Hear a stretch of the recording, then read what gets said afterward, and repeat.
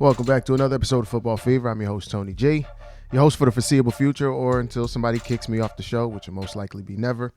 I want to jump into this Thursday night matchup. But before we do that, man, we just have to take a moment to appreciate this Michael Buffer thing, man. Having Michael Buffer, do the intro for your game, that's pretty epic in itself. Let's get to the point, though. If you're a Vikings fan, you have absolutely nothing to be happy about for a few different reasons. And don't get mad, but if you're a Vikings fan, you have absolutely nothing to be happy about.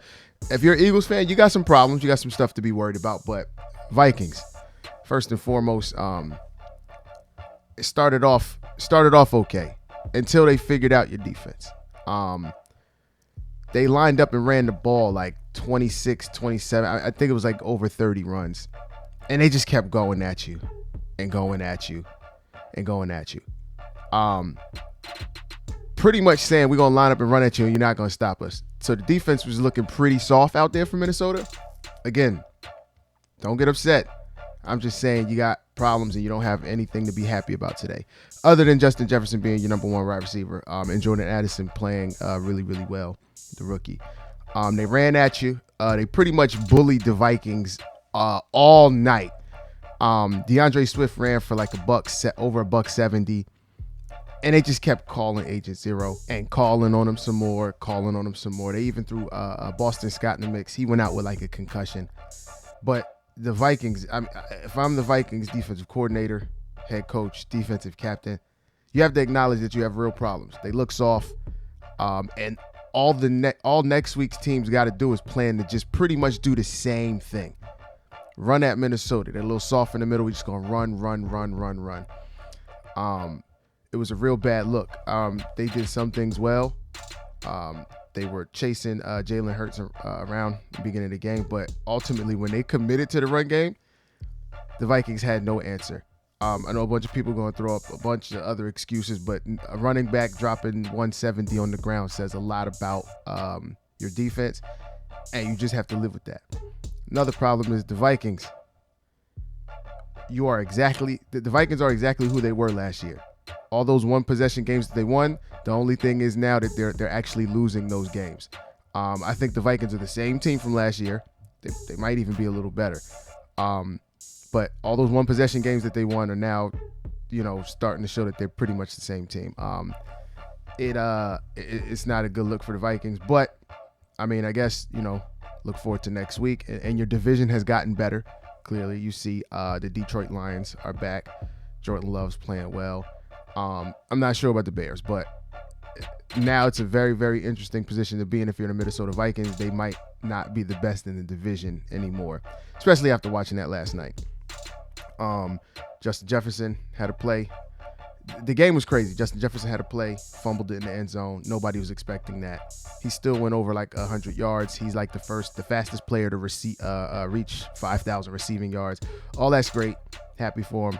He's the best in the game, one of the best in the game, depending on who you're talking to. But outside of that, the Vikings they got to address something. Kirk Cousins, he's good. He's serviceable, but it's only a matter of time before they start actually blaming him. We know exactly how the NFL works. We know how fans work. But the Eagles are not getting off scot-free. They won the game. A.J. Brown and Jalen Hurts getting into it on the sideline. That was like a big headline, all over TV this morning. Them getting into an argument. We know exactly what that was about. Historically, we see receivers arguing with the quarterbacks. We know what it's about. Give him the ball. Devontae Smith was having a field day, and I think A.J. Brown was just upset that he wasn't getting his fair share. Receivers show themselves all the time. You can go back 20 years and see the same argument on the sideline with quarterbacks and receivers. So they had that. Jalen Hurts took a little too many hits, in my opinion. I think Jalen Hurts took way too many hits. He was sacked 4 times, but he took like 7 or 8 hits on runs and stuff like that. It was crazy. That's not going to be good going forward. He had a shoulder injury like a year ago or whatever that was. If he keeps taking hits, it's going to start to show itself.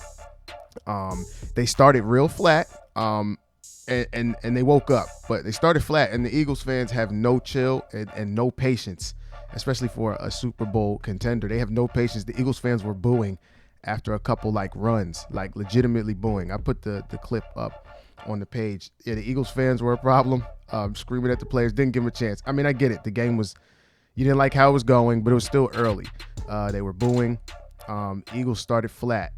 Once they committed to the run, things started going crazy. And then when Jalen Hurts did let it loose, when he did cut it loose, he went big to Devontae Smith twice, once for a big touchdown. He did get a pass touchdown to A.J. Brown called back on a penalty. I just think that, like, as fans, they want to see it won a certain way, but the coach is like, nah, as long as we got the win. I don't think the Eagles played well the last 2 weeks, but they are winning. They had some dog. They showed some dog in them. And look, I'm not an Eagles fan, but I got a lot of respect for what they did last night. Overall, I think the bigger of the two issues, Minnesota Vikings. They have absolutely got to worry about their defense, and now, like, what happens on offense. There was a few hamstring injuries last night, or something like that. I know there was a concussion on the Eagles side. Definitely some injuries. That's part of the game. But yeah, man, if you're a Vikings fan, nothing to be happy about. If you're an Eagles fan, there's hope. Just relax. And I mean, you were in the Super Bowl last year. Give them a chance. They did wake up. And then the Eagles defense started letting up on the pass. It was a very funky game. Like 4 fumbles by the Vikings. Yeah, Vikings fans, you have to worry about those turnovers too. Four fumbles. 2 by your 2 best offensive players, Justin Jefferson, Kirk Cousins, 1 each. Madison, I don't know if it was 1 or 2. I think he had the other 2. It was crazy. The game was crazy. Thursday night is always funky. But the takeaways are Vikings defense, Vikings identity, because this is the same team. Those one possession games are not going to cut it.